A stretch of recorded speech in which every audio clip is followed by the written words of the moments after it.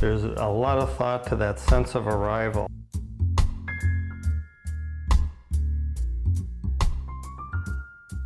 You enter in and it's very welcoming. It's almost an old feeling of a European courtyard in the auto court. But we use it also as a viewing place for the private areas of the inside, looking into it. You got to have the right subcontractors, the electricians, the plumbers, the heating people, the plaster people, the painters, the finishers. All those people have to want to do this because this is different than doing straightforward, traditional. This type of home, the modern architecture is the most complicated because of the tolerances you have. And you got to find a group of people that want to work together because that's what it takes. It's not just us, but it's everybody wanting to make the project the best it can for the client.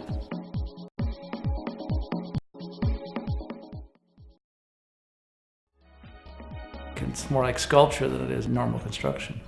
Everything is so symmetrical and everything has to time out with great precision. It takes a lot of planning and a lot of measuring and a lot of thought process to make it work. So when you start to build, everything's going to fit in. And we do the same thing with lighting control, all the mechanicals in the house, the plumbing, the roof drains, all that is thought out in the design. Like the rest of the house was kind of an evolution. One of the thoughts Jim had was, could it be individual buildings working together, kind of as a cluster, a composition, or a compound? And as we evolved the side towards the city and towards the lake and on the pool side, there's actually 4 elements when you look at that elevation.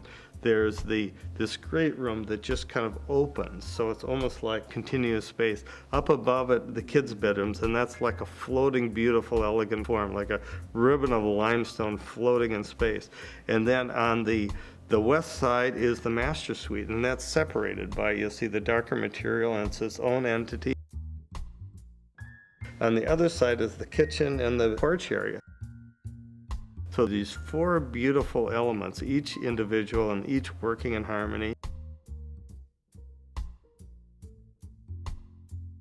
And then you see the pool area that is just right against the lake. You see the water and it flows to the lake and it flows to the sky, and it's just a beautiful flow and harmony. I remember Donna said, I'm not sure if we want an elegant dining room or a more casual one. And I said to her, it can be both.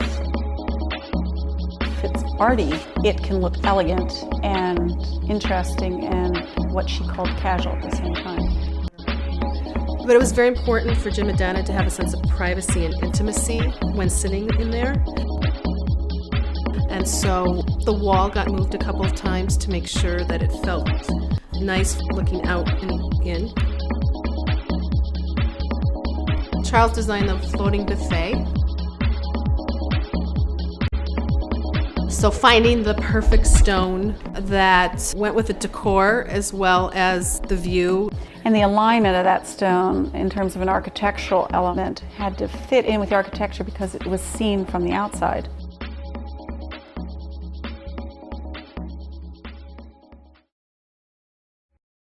As guests coming into the house, there's a lot of time spent on that experience.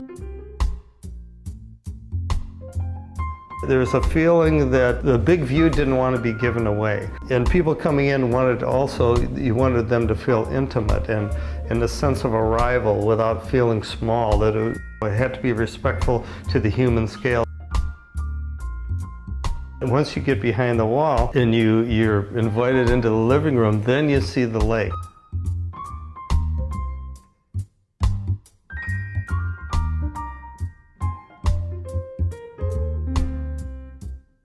But you see also the private kind of patio area and the beautiful swimming pool that's just floating there, that you only see those colors in the summer.